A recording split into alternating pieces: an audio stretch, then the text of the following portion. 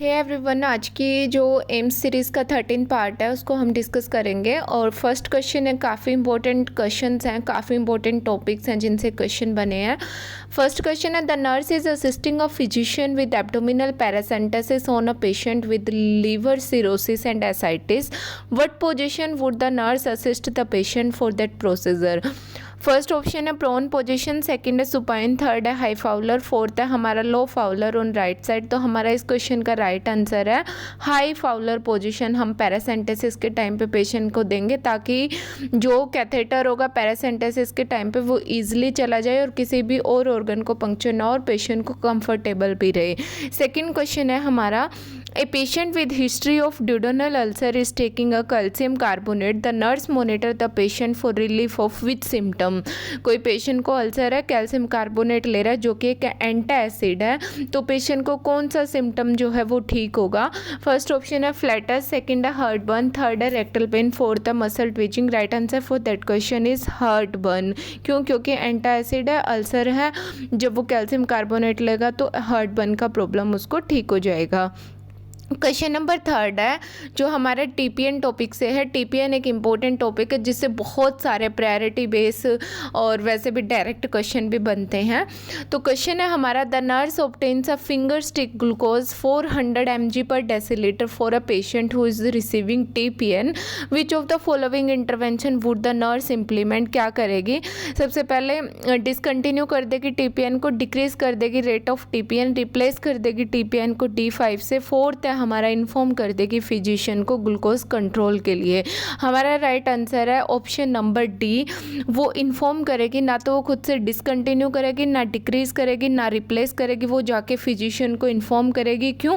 क्योंकि टीपीएन जब हम बनाते हैं, जो हमारा टीपीएन होता है उसका 10 to 20% बेस में ग्लूकोज होता है, तो इसी वजह से उसको क्या हो रहा है, हाइपरग्लाइसीमिया हो रहा है, तो वो फिजिशियन को इन्फॉर्म करेगी। क्वेश्चन नंबर फोर्थ है, the nurse is caring for a patient immediately following a procedure of TURP, transurethral resection of prostate हुआ है और पेशेंट को सडनली कंफ्यूज हो रहा है, डिसोरिएंटेशन हो रहा है। The nurse determine that this may be as a result of complication of surgical procedure is. First option है हाइपोनेट्रीमिया, सेकंड है हाइपरनेट्रीमिया, थर्ड है हाइपोक्लोरीमिया, फोर्थ है हाइपरक्लोरीमिया। हमारा राइट आंसर है इस क्वेश्चन का ऑप्शन नंबर ए, हाइपोनेट्रीमिया। क्यों?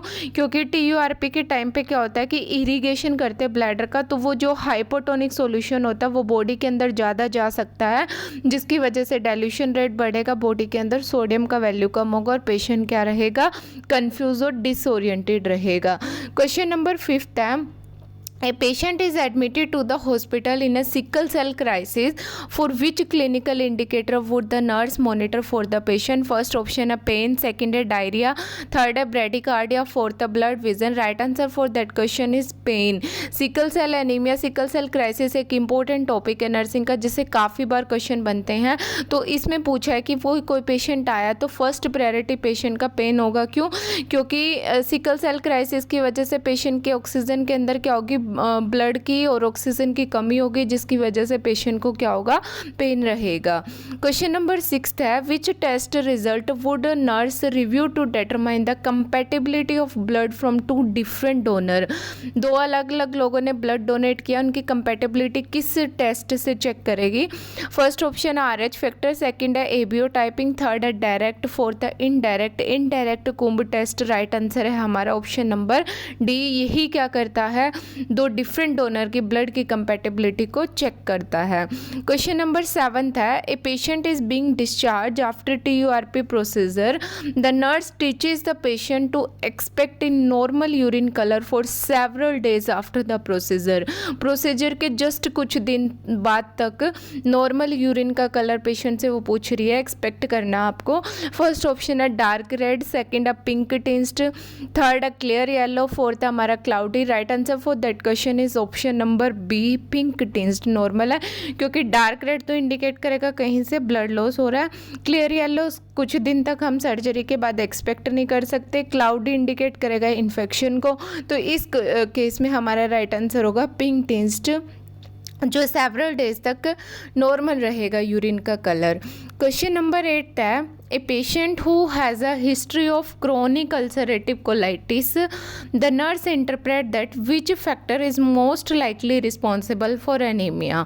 फर्स्ट ऑप्शन है ब्लड लॉस, सेकंड है इंटेस्टाइनल हुकवॉर्म, थर्ड है माल एब्जॉर्प्शन, फोर्थ है decrease intake of iron. Right answer है हमारा अल्सरेटिव कोलाइटिस की हिस्ट्री थी, अनीमिया का कारण पूछा है ब्लड लॉस. क्यों? क्योंकि जब भी उसको डायरिया वगैरह होगा, कोलाइटिस है, वहाँ पे इन्फ्लामेशन है, तो उसके साथ में ब्लड लॉस होगा, जिसकी वजह से पेशेंट को अनीमिया का रिस्क रहेगा. क्वेश्चन नंबर 9 है Moro reflex disappear at which age? 6 month, 4 month, 3 month, 8 month. Right answer is 4 month जो है हमारा राइट आंसर है. क्वेश्चन नंबर 10 है हमारा which of the following is a risk factor for cervical cancer का पूछा है. फर्स्ट ऑप्शन है ह्यूमन पैपिलोमा वायरस, सेकंड है ओरल कॉन्ट्रासेप्टिव पिल, थर्ड है नल्लीपैरा, फोर्थ है हमारा ऑल ऑफ द अबव. तो हमारे सारे के सारे रिस्क फैक्टर हैं किसके? सर्वाइकल कैंसर के. Option D is right answer. These all are the important question for M series part number 13. Wish you all the best.